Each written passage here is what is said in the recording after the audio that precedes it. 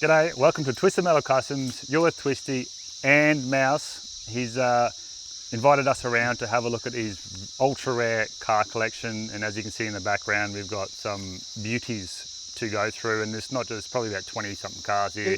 Easy 20 cars. Probably more.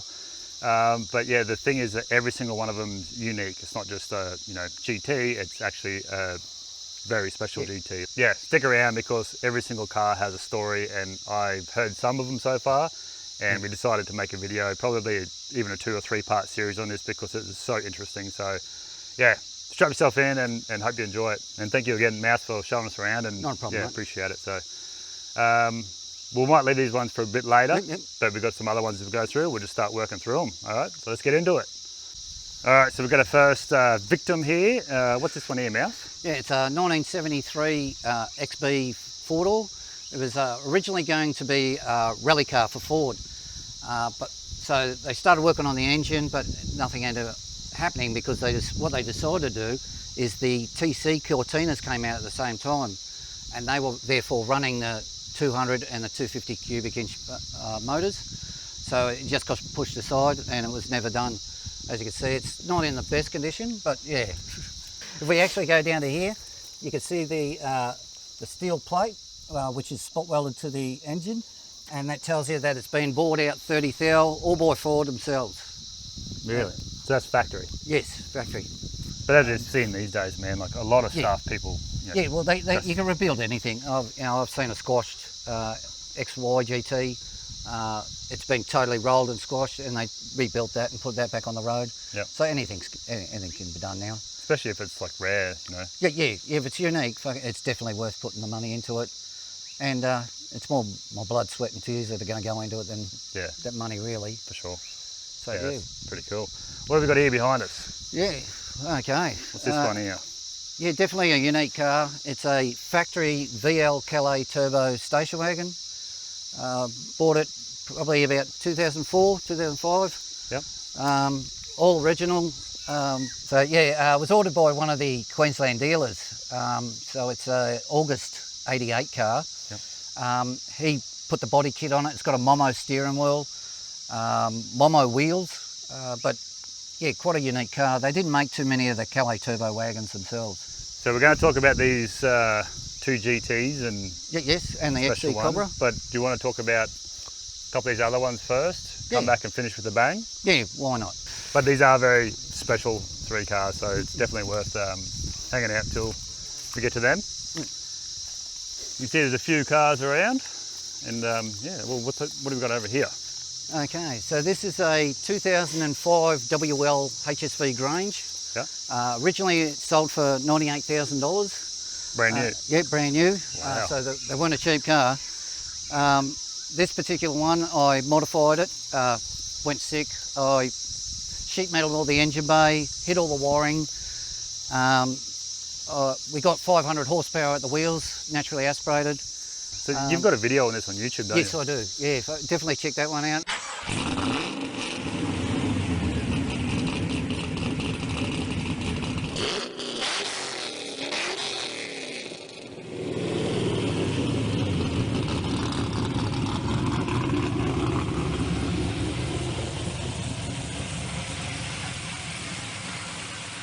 I come back from the summer nats and I pulled the motor out, and the car got stolen.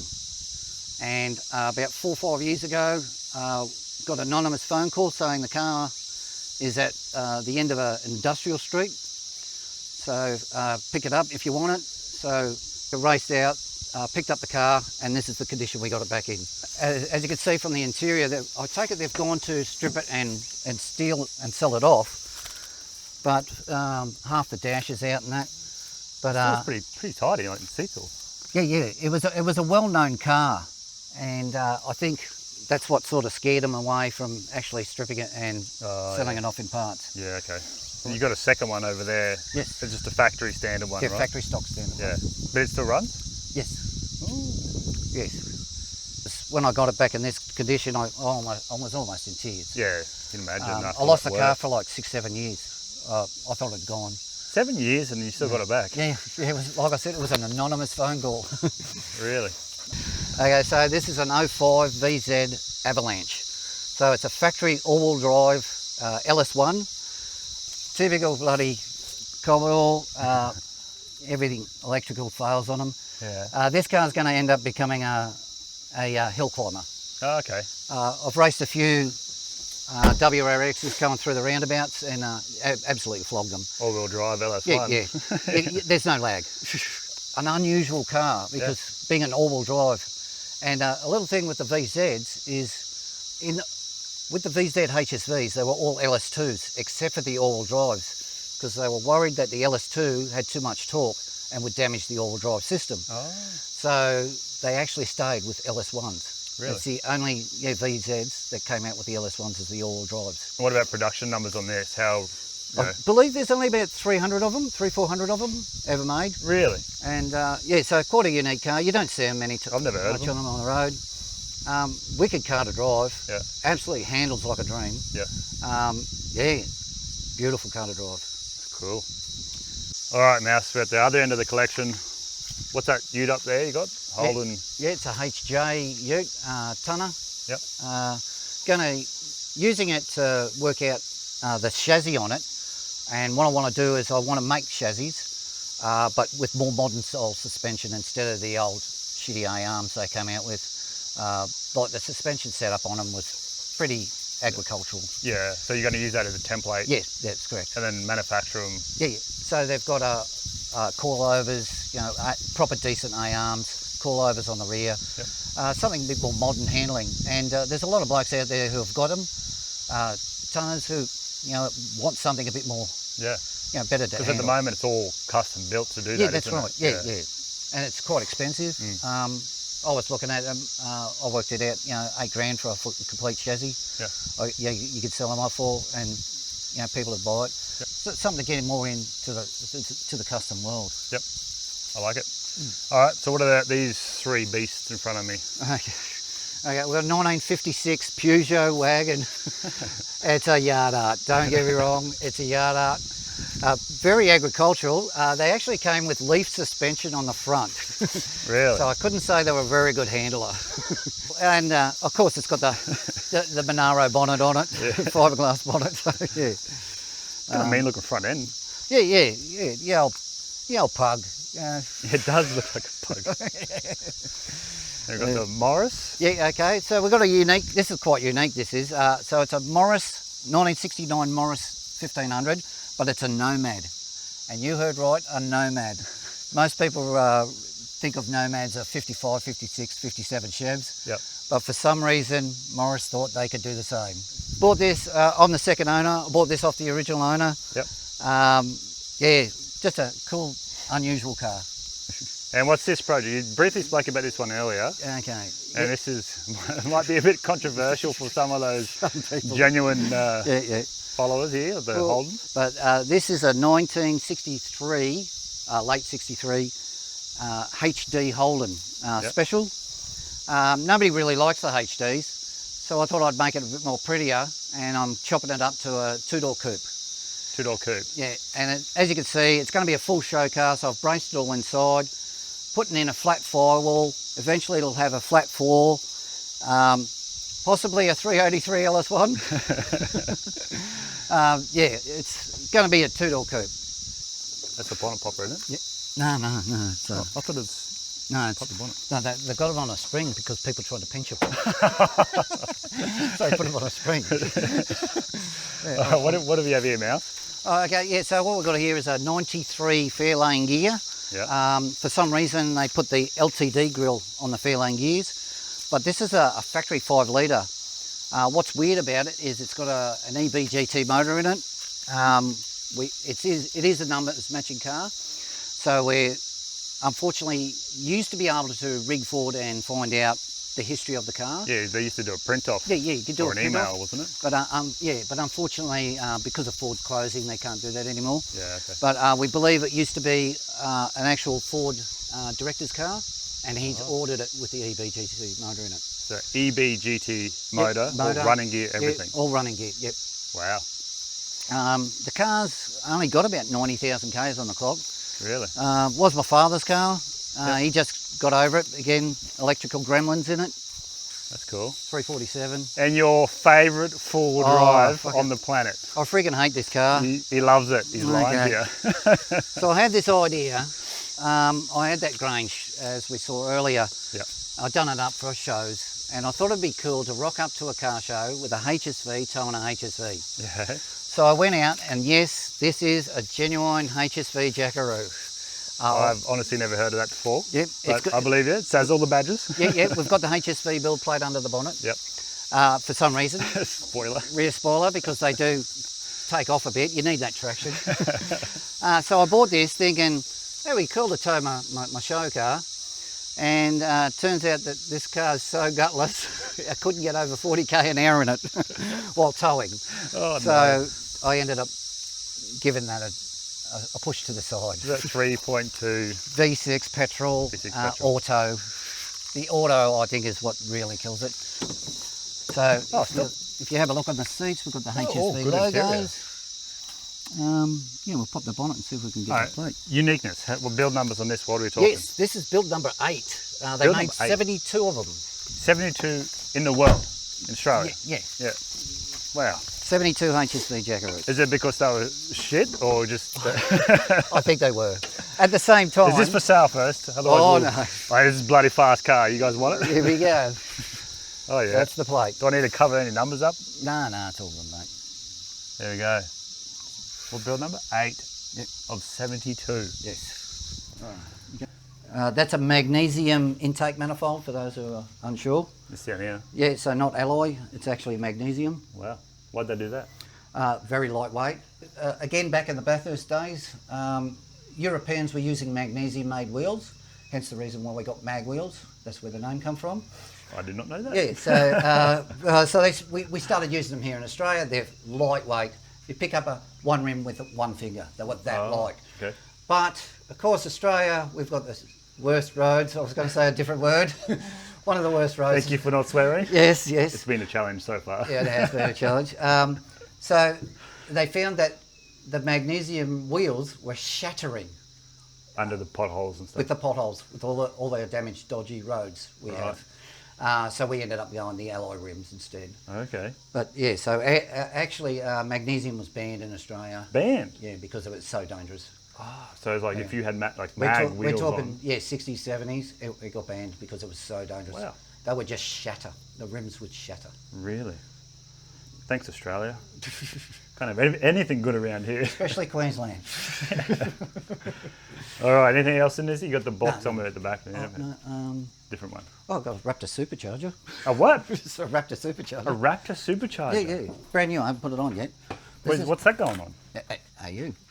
XR8. Oh, at the front? Yeah. That is cool. So that's going on the XR8. Yeah, the white one. AU, which is also a very clean car we can get to. That's really nifty. I'm going to look forward to that build. Oh, yeah. You've got more projects than I do. Yeah, I've got too many projects. All right, what else you got to show me? Okay, I've got something in here I can show you. You got something in here? Yeah, something unique. It's always good when they say they got something hidden away. Right, you ready? I already know what that name says. Yes, that's right. So this is off the actual genuine tyres off the 427 Monaro that Peter Brock, Mark Scaife and all that raced around the 24-hour race. Yep. It was the last Holden Peter Brock ever raced in, unfortunately, before he died. Yep. He signed the tyre. I've got Mark Scaife's, and I've got an actual spare one. And for those people who are unsure that it's a genuine item, obviously this is their 427 riding on it from actually the race team itself. And I've got the 2 tyres. That is unreal. Yeah, it's something you can never replace. Ultra collectible. Yeah. I've been offered big money for them, but no, I can't do it. Yeah. It's something I can never get replaced, especially because of Peter Brock's signature. Yeah. It's like... And they're both signed? Yes. Yeah, both of them. Wow. All right, Mouse, they've all been waiting for it. We've got sidetracked and spoke for a couple of hours and it's near dark, but the 3 beauties. This is compliance plated as a XB GT 2-door hardtop Falcon, September 73. So definitely one of the first ones, because it's actually the second XB GT hardtop ever made. So originally this was a Wild Violet XA GT hardtop. If we come around the back here, you can still see the Wild Violet under the red pepper. So it went down the production line as a Wild Violet XA GT hardtop, and then was moved over to the Ford Special Vehicles section. So this is a 3999 car for those people who are interested in those sort of facts. And it was then repainted and repanelled as a red pepper XB GT. The car then was sent off to do Motor Manual, Sports World and a few other car magazines, and it was used as the test car. So they wanted a test car? Yeah, they wanted a test car, and so they wanted a test car, and they were running out of time because the XB GTs were going to be released. Yeah. So Ford had already promised them one, so they quickly grabbed this car, which just happened to be just come off the production line, as a Wild Violet XA GT hardtop. Yep. They shipped it over to Ford Special Vehicles. They stripped it down, put all the XB panels on it. It had a copper bronze bonnet, yellow front guards. Yep. The doors were bare metal, and so they changed the high beam from the floor to the column. Yeah, okay. It still has the holes in the floor for where the old high beam used to be with Button, your foot. yep. And they put the XB dash in it, XB GT dash in it, and yeah, repainted it straight over top of the original Wild Violet in the red pepper. And they rebadged it as an XB. As an XB GT. Just for people's knowledge, it used to be a Ford GT Judge. Yeah. So there is merit behind what he's saying. It's not just... It is known, this car too. It's known. So this, so this is an actual XA GT Yes. from factory initially. Yes. And then they rebadged it repainted it as an XB GT. Yep. And they sent it off to go testing. Yes. Okay, continue. And then so when it got road tested, like I said before, it was quite funny. In one of the reviews, they turned around and they said, it's a nice car, but it's not as good as the XA GT. And it was one. So after it was finished, Ford obviously had to hide it. So a good friend of mine, Adrian Ryan, and a lot of GT freaks will know Adrian. He was a good mate of mine. Unfortunately, he's passed away now. Okay. He's the Ford historian. He was the one that told me. And he said it was supposed to then go off to be used as Allan Moffit's race car, because it was never supposed to be re-registered again. Right. To hide the fact that it was originally an XA. Because they done a little switcheroo. Yeah, and because they'd done the switcheroo, yeah. And so unfortunately though, so it's supposed to go to, Adrian was saying, going to Allan Moffit. Yep. But Ford Australia decided to pull out of racing in January in 1974. So the car never ended up turning into a race car. And somehow it got released onto the public roads, and I bought it. That is... Somehow. It came out with a 780 Holly, buddy bar, intake manifold, a lot of phase 4 parts. Really? The Detroit Locker 9-inch, Yep. Ford top loader. Unusual thing about it, it was a factory air conditioning car and a manual. They rarely put air conditioning in manual cars, especially from the factory. You could get a dealer to fit it. The reason why is because at the lights it would stall. It would stall the car. Yeah, you're talking about an air conditioner that robs about 25 horsepower. It would stall the car. That's called luxury. So it's quite unusual. She came out with electric windows. It's quite an option car. Yeah, wow. And you obviously drove this. Yeah, I drove this for about probably 4 years. Yeah. As a daily. Took it to summer nights, had a good time in it, and drove it as a daily. And you've got the matching numbers engine still? Yes, I've got everything. Yeah. Wow, that's it's going all to be... original. And you're going to be building this one hopefully soon? Yes, very soon actually. Very soon. Yes, Ooh. very soon. Okay, Mouse, what's next? What's on this one here? Okay, what we've got here is a Walnut Glow XA GT 4-door. It's early March 1972 car. This car has actually got a lot of phase 4 parts on it for those people who are interested in that sort of rare stuff. The phase 4 was obviously the band car. This car was actually given to a Ford factory race car driver. It was hidden. Yep. And he used to race for Ford, and he was given this car, and it was first registered in April of 1983. Really? So it was hidden away. It's only got, even now, 60,000 miles on the clock. It's like, Craig Williams was his name. He was the one that raced him.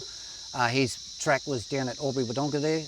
Used to be the Wodonga racetrack. Yeah. Was part of the circuit. You know, they go through during the year, all the V8s did. And yeah, that was his track. Yeah. And he was sponsored by Ford Australia, and he was given the car. Really? So yeah, I scored the car off him. That's really neat. It's got 6-leaf rear suspension, again 780 Holly, buddy bar intake manifold, Detroit locker, 31 spline close ratio top loader, 164 litre fuel tank. So it's got a lot of rear parts on it, a lot of rear stuff on it. And they're all of these three you're going to be doing up? Yeah, yes. Yeah. Yeah, all of them, like I've got all the parts, they're all in the shipping containers, Yep. all locked away. Yep. My father he's a spray painter panel blewer by trade. Yep. He's going to paint them all up for me. Beautiful. And we actually have, back in the day, he used to paint GTs. Okay. That was one of his, he used to work for Ford. And he actually found an original tin of 1972 walnut glow. So we're actually going to paint it original. Is it going to be still good? Yeah, he reckons we're going to have to spice it up a bit. Give it a bit of a shaking. But we opened the tin and we couldn't believe it. It's still fine. Yeah, so that's how bad the chemicals were Yeah, back then. yeah, I can imagine. How much lead was in it. And Oh yes. last but not least, Okay, very, very unique car, this one. One of only 400 built, okay. one of 400. One of 400. This is a 1978, September 1978 XC Cobra. Yes, yeah, the beautiful cars with the snakes on the side. Yeah. This one is number 209. 209. It's yeah, genuine 302 Clevo, 2V headed Cobra, manual. Didn't come with many options. It was quite a low option car. But yeah, all genuine, original 302 Cobra. And this actually isn't the original colour. That's correct. So it went to Brian Burt Ford at one stage, and Brian Burt Ford, they were sponsoring Dick Johnson for Bathurst, and Dick Johnson, so he could stand out amongst the other Cobras that were raced at Bathurst, they painted his car blue with white stripes. And this car went to Brian Burt Ford. They repainted it white with the blue with the white stripes. Yep. And it was like that for about 30, 40 years. So this is, you're saying that it's not unique, whatever, but it has that reverse. Yeah, reverse colour. Reverse colour. Reverse paint, yes. And it's one. Yes. The only one ever. Yeah, the only one. Of a Cobra. Yes. That has the reverse paint. Yes, because Dick Johnson's, I've actually seen Dick Johnson's genuine car that he raced. Yeah. And when I was going over it, we found out that it was originally an XB GT hardtop. Oh, okay. So it was an original Cobra. Yeah. But it was painted up in Cobra colours for the Bathurst race. So this is one. Yes. Of one. One of one. Yes. Reverse. And that's what you said before. It's a special number or a letter. Yeah, yeah. So it's got a reverse code. Your normal Cobras are painted Z605. This has got EZ605, which made it the reverse colour. No, that's really cool. Are you going to do obviously that colour? Yes, Yep. bring it back. Really nice. I've got the original photos of when it was in the Ford dealership, and actually the bloke who still runs the Brian Burt Ford dealership, he remembers the car when it came over and they painted it. You used to drive this one as well? Yes, this was my daily for about 10 to 12 years actually. Yeah, nice. So it's seen some stuff there, I guess. And I didn't have, because I know about the Ford's matching numbers, I actually had the original engine out. Oh, yeah. And I put a Works 351 in it. Yep. And every day was like Bathurst Day. And I drove it like a Bathurst car every day. So you should. They should be driven, not stored, eh? It did have a hard life actually, especially when it got in my hands. Well, I mean, looking at it, it's got the, this, what's a red oxide? Yes, red oxide primer on it. Because it was sandblasted. Yeah. For me. And I don't know how long it's been sitting here, but rust-wise, it's not too bad. Like a few pinholes on the roof, but considering it's quite a neat car. That's really awesome. So which one out of these three are you going to be building first? The red one. So you're going to work down the order? Yeah. Yeah. Yeah, probably do it that way. Oh, it's getting late, Mouse, and I really appreciate you showing me through your car collection. Everyone with car collection knows how top secret this sort of stuff is, and it's really hard to share your projects and all that sort of stuff. So I thank you very much, and anytime, mate. yeah, appreciate it, and really look forward to seeing what you can sort of churn out in the future. And you said you're going to be building a workshop soon, so hopefully, you know, if you need a hand, shout out. If you've been watching the channel, I just finished most of mine, so with your help, of course. Thank you. And I'm sure Twisty will jump on and give me a hand anyway. So well, he's going to motivate me. Yeah, I like to keep people motivated. If you've been watching my channel, you know that. So yeah, really, really awesome. Thank you for taking the time and showing me today, and everybody else on here. Cheers, Mouse, and Too easy. Yeah, thanks everyone for watching, and we'll see you next time in the new workshop. Cheers. Have a good one.